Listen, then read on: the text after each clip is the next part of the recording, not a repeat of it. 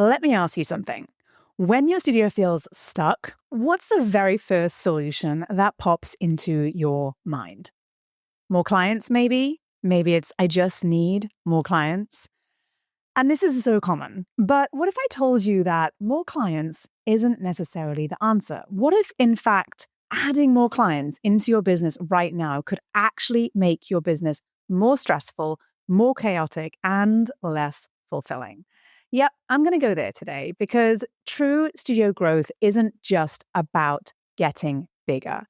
It's about getting smarter as you grow as well. And the studios that I see thriving long term aren't the ones just chasing new bodies constantly. They're the ones that are also optimizing what they have in front of them. Because I see so many studio owners right now just pushing and working harder and harder and harder. And if that is you, if you have been working your tail off and not feeling the payoff, then this episode will shift something big for you. Well, hi there, I'm Seran Glanfield. I'm a business and marketing strategist just for boutique fitness studio owners like you. If you're ready to be inspired and make a bigger impact, you're in the right place. All you need are a few key strategies, the right mindset, and some support along the way. Join me as I share the real-life insights that will help you grow a sustainable and profitable studio. This is the Pilates Business Podcast. Well, hey there, and welcome back to the Pilates Business Podcast. I'm Seran Glanfield. I am the founder of Spring 3. I'm also the founder of my Thrive business coaching program. And inside of that program, I work with studio owners all over the world. And like you, they love teaching. They love what they do. What inspired them to step into studio ownership was sharing this love of movement and the impact that it's had on their lives with others. They love seeing their clients' lives change as a result of adding this movement practice, seeing them leave their studios full of energy, full of confidence, brighter than ever, right? And loving that community feeling that you created inside of your studio. Oftentimes, though, the business side feels a little heavier. Oftentimes, you're working a lot of hours, both in teaching, but perhaps also doing the marketing and the admin, which is really common in founder-operated businesses. So you're juggling all of that, but also probably a lot of things outside of the studio as well. And oftentimes, because of all of that effort and because of how stretched you may be, it may also feel a little bit fragile. And when things feel a bit fragile, your brain does something pretty predictable, actually. It sort of solves all of this with one quick and easy solution, which says, if I just had more of something, and typically that more of thing is clients, revenue, income, everything would be easier. And if we could wave that magic wand, more clients would bring in more revenue would bring less stress, and less stress would bring more freedom, and life would be amazing, right? And I think that this is a funny little story that our brain tells us because this is not actually what happens. And the truth, I think that many of us, many studio owners come to realize until it might be too late or they're too deep into it, is when you build a business, there are a lot of different pieces of the puzzle that need to fit together, okay? And when I start working with my studio owners, we look at all of these different pieces. And so I can share with you that some insights from that experience, and this is what I like to do here on this podcast. And what I've observed is that if you have a studio, no matter what size, whether you're just starting out with a handful of clients, whether you have multiple locations, if your systems are a little bit loose, then what we find is adding more into the mix just magnifies the cracks. The sooner you get people in, the quicker they leave. It sort of creates this sort of hamster wheel effect. If your retention is weak, that you're just going to see more people churning, right? You're going to see more people, yes, coming in the door, and maybe that sounds great, but actually they're leaving just as quickly. And what we see then internally from a team and a leadership perspective is that if you are already stretched as a leader, if you are leading your business from a place of reactivity, then adding more to your plate, more people, whether it's clients or team members, will only increase more friction for you, will only increase more workload for you in some way. And if your pricing isn't strategic, more clients just increase the workload, right? And not necessarily making you more profit. And I will say that when we work with studio owners inside of Thrive and we can see these specific pieces of the puzzle perhaps not quite fitting into that puzzle quite right, it just creates a lot of tension and friction and frustration. And this is what I'm seeing a lot of across the industry right now. Right now, marketing is often not always the bottleneck in studio growth. In fact, what we're seeing increasingly is that there are many studio ads out there who are not experiencing an issue with getting clients or with having the right number of clients. It's actually that the bottlenecks exist in other parts of the business. Capacity, for example, leadership, retention, sophistication, pricing structure and architecture. Some of that is actually becoming the real constraints. So I guess what I'm saying is that the next level of growth, the next phase of growth for so many studio owners is not going to come from just adding more clients into the business. It's not necessarily just about more leads and lead generation. It's actually about having a smarter structure internally. And inside Thrive, this is what we focus on relentlessly so that at every phase of growth, your entire business is optimized. So the question is not, how do we grow the fastest? It's how do we grow the smartest? Because over and over again, growth without structure just truly does equal more stress. And that growth with structure, when you do have systems and structure in place, oh my goodness, it brings predictability and sustainability. And what I found is that those who stay in business the longest, who have long-term businesses that give them the income and the lifestyle that they want as owners, are building businesses with structure, with systems, and they're building businesses that then are sustainable in their growth and profitable and highly predictable. Okay. So I want to take a few moments now to break it down for you. And I think that let's just kick off with, what the sort of number one problem we see, which is that when a studio owner feels like their business is a little fragile, a little unstable, or they're feeling like it's a little, like they're a little stretched, they're not sure if the business is growing or not growing, the instinct is just to say, okay, I just need more clients will fix the problem, right? But, if you're already exhausted and if your onboarding isn't optimized, if you don't have proper retention set up, then what we often find is that more clients simply increase the pressure. And I will also add that typically we see sort of two go-to sort of ideas that might be solving this problem, which is that either they're looking for new clients as the only solution, or they want to play with their pricing. and in both cases, I'm going to say, take a breath and let's have a look at a little bit deeper into what is happening inside of the business. Because when you are either in a reactive, you're pricing reactively, or if you're simply saying, okay, the only solution here is adding new clients, then what we often find is more clients simply kind of increases the pressure, right? It's like pouring water into a bucket with holes.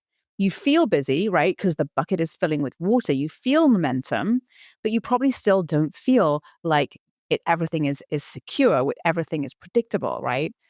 And this is often where I see that burnout really actually accelerate, right? And that goes against what you might expect, because you might expect that burnout disappears when you feel like you've got your clients, right? This is the association that we often tend to make with ourselves. We sort of say, okay, if we have more clients, then life will be great. If we have more clients, then I won't be so exhausted all the time. But the reality is that if you are in a spot where you are, essentially pouring water into a bucket with holes, right? This is where I actually see burnout accelerate, because now you're managing more, you're teaching more, you're managing more, you're answering more messages, you're managing more people. And every single person who walks into your business brings their own stuff with them. So on some level, there is more problems to solve, right? And without the additional structure operationally, we don't see profit and income. rise proportionately. And we also don't see stress decline in proportion to that typically. And often those two things come together and create what I call that sort of the studio owner resentment, where you're feeling just constantly like you're in reactive mode, you're pushing, and you're waiting for that moment where it all just calms down, but it doesn't come. And so I'm inviting you, as you kind of think about how this might reflect towards your business and the way that your business looks right now, is perhaps instead of asking, how do I get more clients? For a moment, just think about if you doubled your client number overnight, tomorrow morning, you woke up and you had twice as many people booked into your classes tomorrow, would your business feel calm or would it feel more chaotic?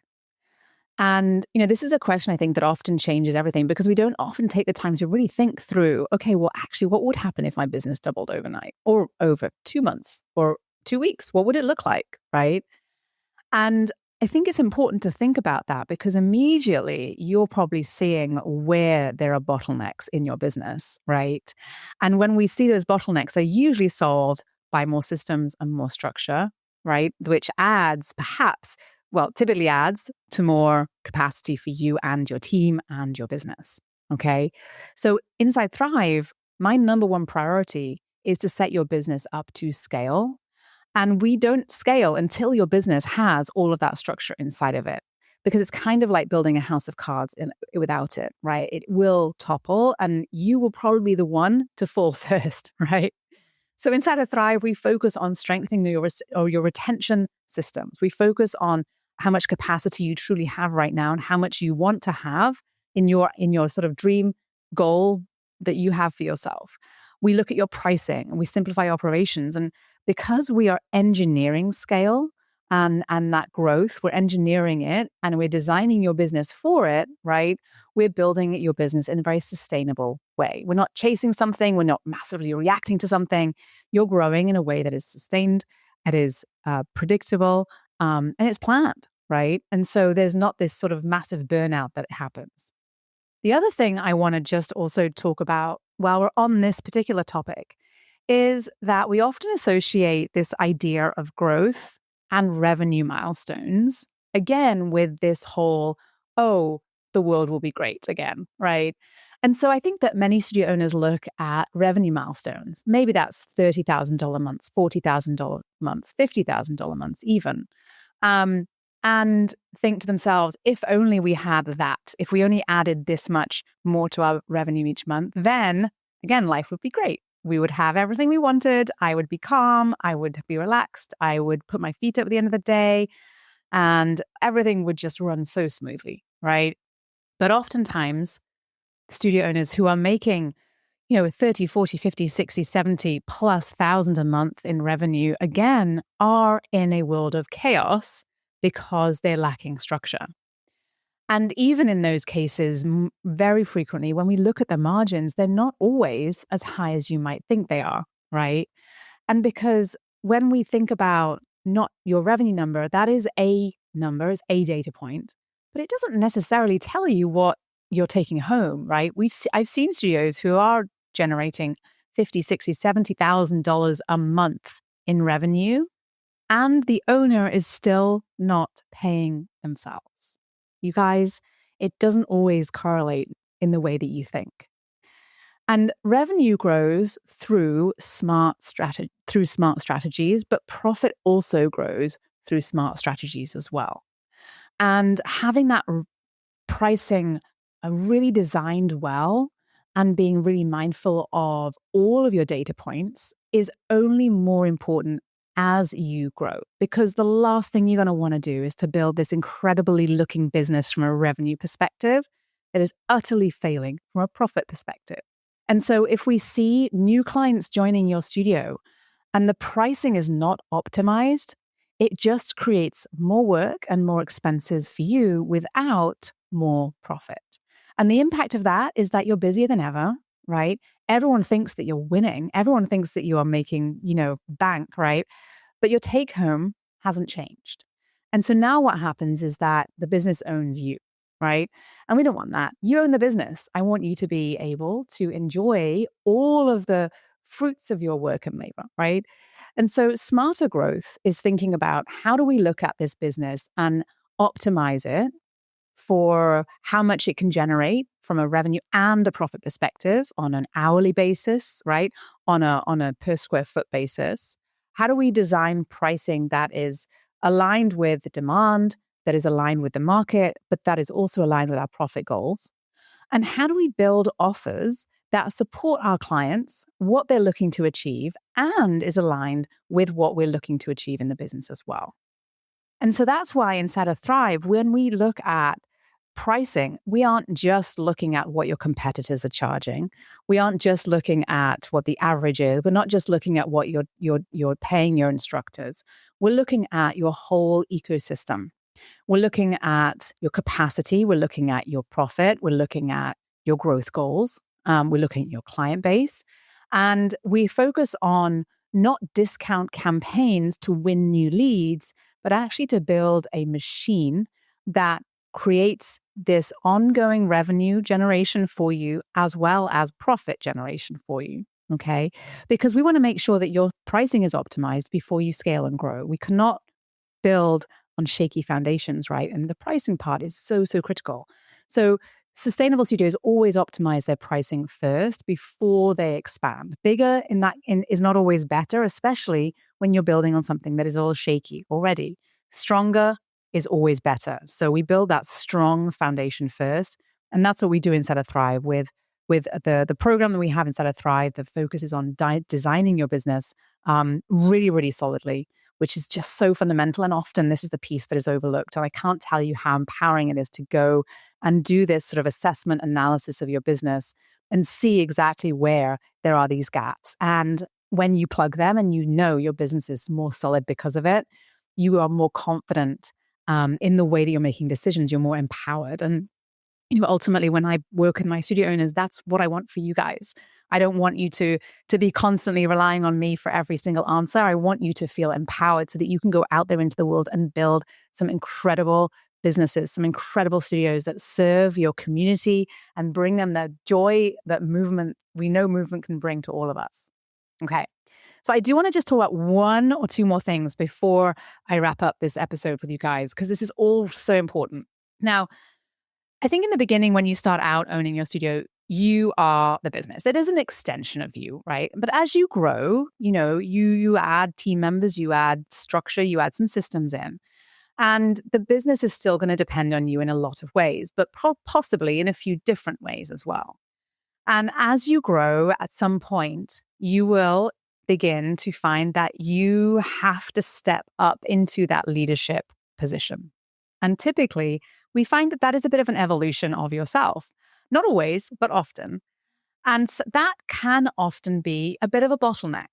When you start out as a teacher and you hire your amazing friends who are teachers to come and work for you, it's often a challenge to step into a role that isn't like a side-by-side teammate, but when you are working alongside someone as a leader in the business, things often shift. And when you have more instructors and more communication and more delegation and more accountability, suddenly, you're managing, right? You're managing people. You're a manager, right? And you're a leader.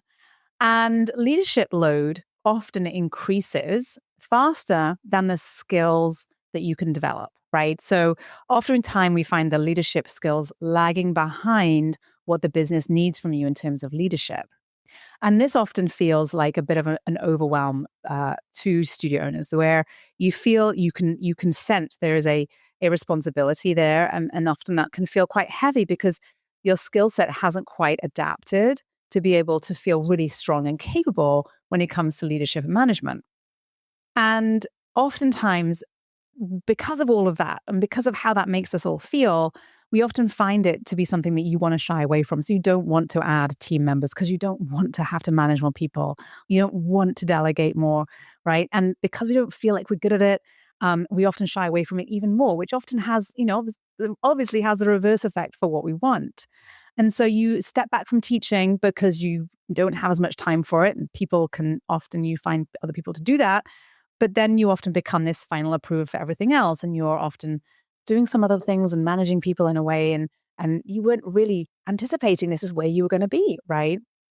And I think that when you're growing, no matter what business you're in, it does require you to evolve. You to evolve in terms of your skills, for sure, but also in terms of how you identify within your business. You move from instructor to team leader, perhaps to manager to leader of the entire business, to that CEO level, right? And that does then require you to be thoughtful about the skills that you're developing, that, and when not just in terms of your sort of knowledge of business, right, or your knowledge of finances, but also in terms of your ability to make decisions that are beneficial for your business, right? In order for you to really understand what your performance looks like for your team and for your business, in order for you to understand what the different roles are that exist in your business, and how you should structure and organize your time and where your energy is best placed. And that's a lot to develop and grow into. And that's why inside of Thrive, we're not just focused on marketing and growth of your business. I'm also focused on you as the leader. We want to help you to build leadership capacity as well, because frankly, your studio cannot grow beyond your ability, beyond what you're capable of doing. So, in order for your business to grow at some point, it's likely that you will need to develop your professional skills as well around things perhaps that you were not expecting, around things like knowing the data, knowing numbers, understanding how to filter for specific opportunities, how to assess and analyze your business and audit what needs to get done, how to build systems into your business, how to manage your people in a way that make sure that they are as high performing and high achieving as you.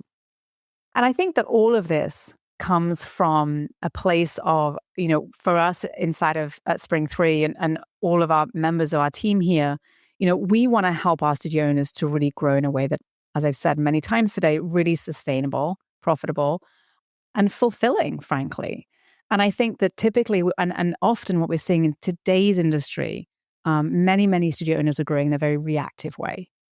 And so you're adding classes as wait lists appear, you're discounting when months feel slow, you're posting more when you're not getting, quite so many people in the door. And it's sort of like this very reactive way to run a business. And it kind of keeps you on the edge of your seat. You're taking action, there is momentum, but it often doesn't have a whole ton of direction. And when you're growing without intention, it can often feel a little bit chaotic, right? And so what happens is, yes, you might be seeing growth, but it might feel chaotic. It might make you feel like you're not in control of your business growth. And you're not in control of how you spend your time, and you're not in control of where you spend your energy. And you wonder if you're on the right track and if this is the business that you actually wanted when you started out. And I think that when you're willing to have the awareness and to be mindful of growing smarter, that means asking perhaps a different set of questions. So that means reflecting on whether this is the kind of business I actually want, or what does it look like for this business to be a part of my life in the way that I want it to be? What does sustainability look like for me?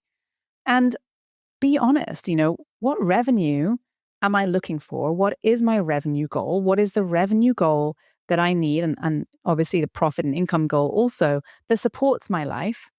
And that perhaps is not just supporting the ego or this sort of competitive nature of what you see other people sharing with you that they make in terms of revenue, which, by the way, may or may not reflect where they're at in profit, right?